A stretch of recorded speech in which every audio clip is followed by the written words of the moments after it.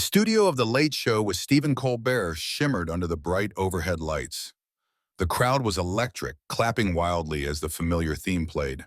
But tonight there was something extra in the air, an unspoken tension, a sense that something big was about to happen. Stephen Colbert took his place at the desk, beaming his usual charismatic grin. He adjusted his tie and leaned toward the camera. "Ladies and gentlemen," he said, his voice warm and playful, "our next guest is someone who has already given us one of the most unforgettable interviews in this show's history. She's fierce, articulate, and, let's be honest, pretty damn fearless. Whether you agree with her or not, you can't deny she stands her ground." The audience applauded enthusiastically. "She's the youngest White House press secretary in U.S. history. She doesn't just talk the talk, she walks right into the fire. Please welcome back Caroline Leavitt."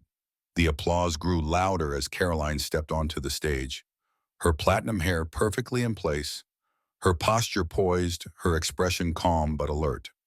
She shook Stephen's hand and took her seat with the grace of someone who'd done this dance before. Colbert smiled. "Caroline, it's great to have you back. I gotta say, you've caused quite a stir since the last time you were here." Caroline smiled politely. "I tend to do that.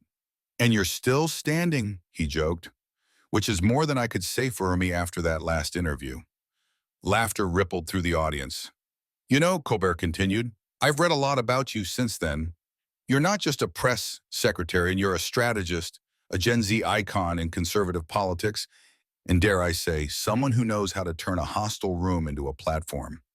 Carolyn nodded. "It's not about the room, Stephen. It's about the message." "Well said," he replied, his tone still warm. "But speaking of messages, let's talk about the one you've been sending lately."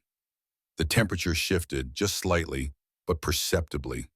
Colbert's tone was still pleasant, but his eyes narrowed with intent. "You've been very vocal in your continued support for Donald Trump," he began. "Despite, let's say, a controversial resume, legal issues, scandals, insults, are you still fully standing behind him? Or is this loyalty starting to come with regrets?" The audience murmured. Caroline didn't flinch. "I don't base loyalty on public approval," she replied. "I base it on policy, principle, and the vision I believe is best for this country." "But come on, Caroline," Colbert pressed, his voice sharp now. "Doesn't it get exhausting defending a man who calls the media the enemy of the people, who spreads conspiracy theories, who insults veterans, immigrants, women?" "I'm not here to defend every tweet," Caroline cut in, her tone calm but firm. "I'm here to defend a vision of limited government, economic freedom, in strong leadership.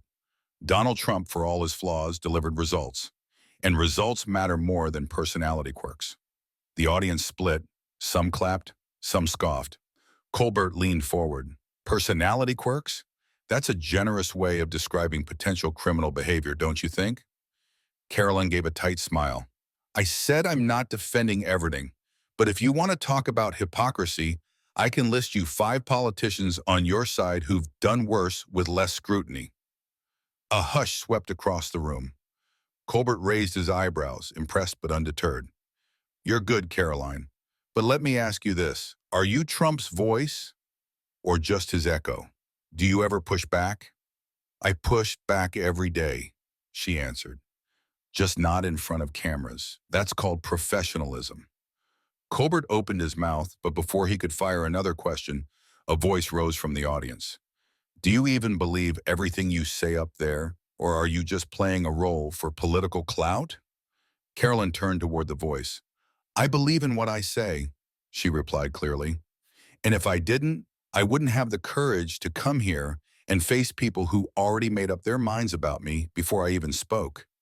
The audience stirred, and another voice jumped in. "What about the Capitol riot? You still think that man deserves to lead again?" Carolyn didn't blink. "What happened on January 6th was wrong. I've said that. But if we're going to condemn political violence, let's do it consistently. That includes every riot, every city burned, every police station attacked. Not just the ones that are politically convenient to remember." Gasps, whispers, applause. Silence. A swirl of emotion. Colbert folded his arms, shifting into full-on challenger mode. You know, I used to think people like you were just naive, he said. Now I think you are dangerously loyal. Doesn't it bother you that you are helping to restore power to someone who, frankly, doesn't care about anyone but himself? Carolyn leaned forward, calm but razor sharp. And yet here you are, profiting every night by obsessing over him, making jokes, riling people up. You say he's a narcissist, but you've built an entire brand reacting to him. What does that make you? The crowd exploded, not just applause or boos, but the sound of something real happening, like a verbal explosion that neither side expected. Colbert hesitated, then chuckled dryly. You're dangerous, Carolyn. No, she said, I'm prepared. And the show went on, minute after minute, as Colbert launched more pointed, biting, at times sarcastic questions, and Caroline, to the surprise of even her critics, parried each one, with poise, with precision, with a calm that bordered on unnerving. By the end, the audience was on the edge of their seats, and when Colbert finally leaned back, exhaled, and said, You didn't crack once, Carolyn gave him a slight smile. I wasn't here to crack. I was here to be heard. As the tension on the stage simmered, Stephen Colbert shifted in his chair and glanced toward the studio audience. His eyes twinkled, not with comfort, but with provocation. You know, he said, turning slightly toward the crowd, we've got a full house tonight, and I have a feeling they might have some questions too. The audience murmured in anticipation. A microphone was passed to the first audience member, a young woman in a black turtleneck, her voice sharp with skepticism. Audience member number 1, Emma. Carolyn, you speak so confidently about your principles, but how can you support a man who has been accused of sexually assaulting multiple women, who mocked a disabled reporter, and who bragged about grabbing women by their bodies? As a woman, how do you justify that?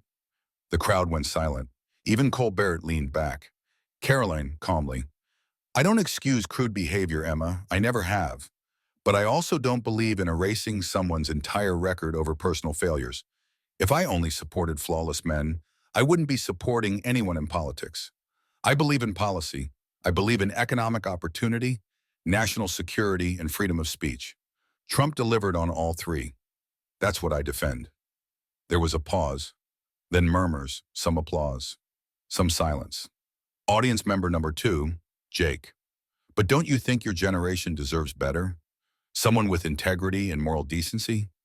Carolyn, absolutely, but we also deserve results. And here's the truth. Integrity isn't always loud. Sometimes it's quiet, behind the scenes, in decision-making that benefits working-class families, not media headlines. I'm not here to pretend Trump is a moral saint. I'm here because I've seen what his policies did for people who felt forgotten. The audience shifted again.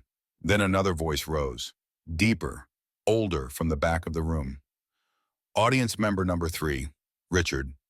You talk about loyalty, Caroline, but at what point does that become blind allegiance? Are you really thinking for yourself, or are you just delivering scripted party lines?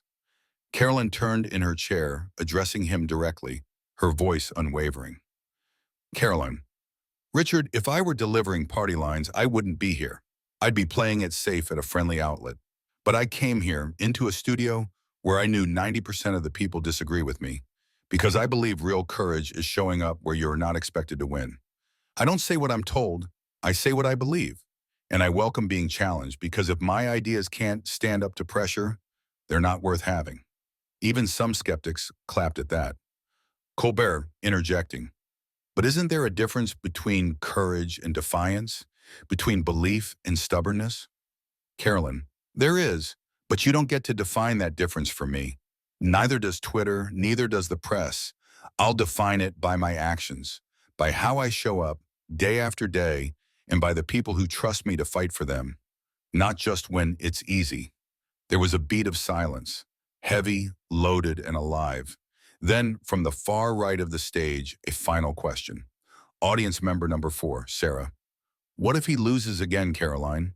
What if all of this ends and you're left defending someone history decides to condemn? Will you regret this path? Carolyn nodded slowly as if respecting the question deeply. Carolyn, if that day comes and I realize I was wrong, I'll own it, fully. But I'd rather take a stand and be wrong than stay silent and never try. Because the future doesn't belong to the safest voice in the room. It belongs to the bold. As the show ended, the storm spilled online. Within minutes of the broadcast, clips of the intense exchange began flooding social media. The hashtags exploded across every platform. Hashtag Leavitt Unfiltered.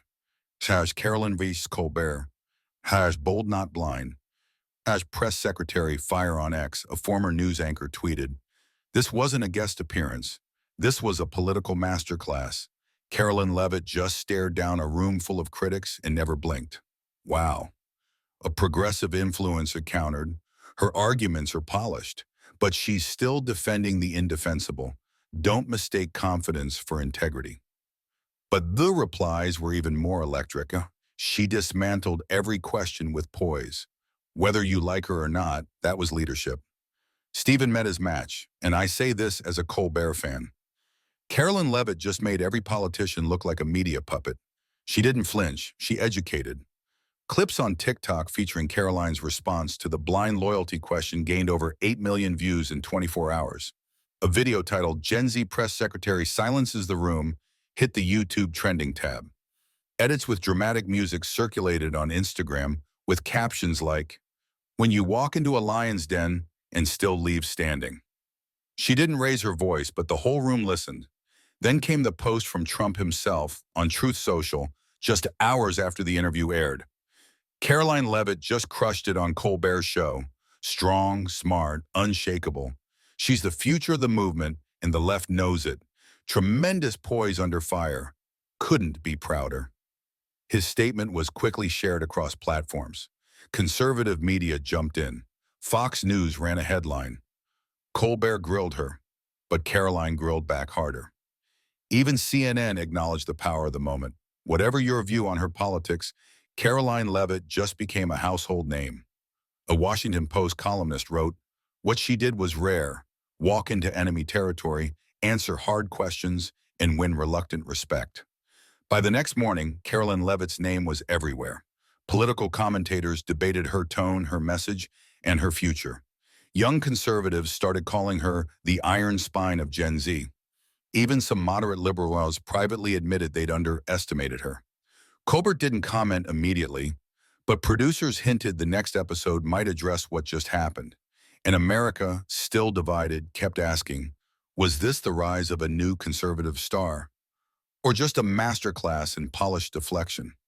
But one thing was certain, Caroline Leavitt didn't just survive The Late Show, she dominated it.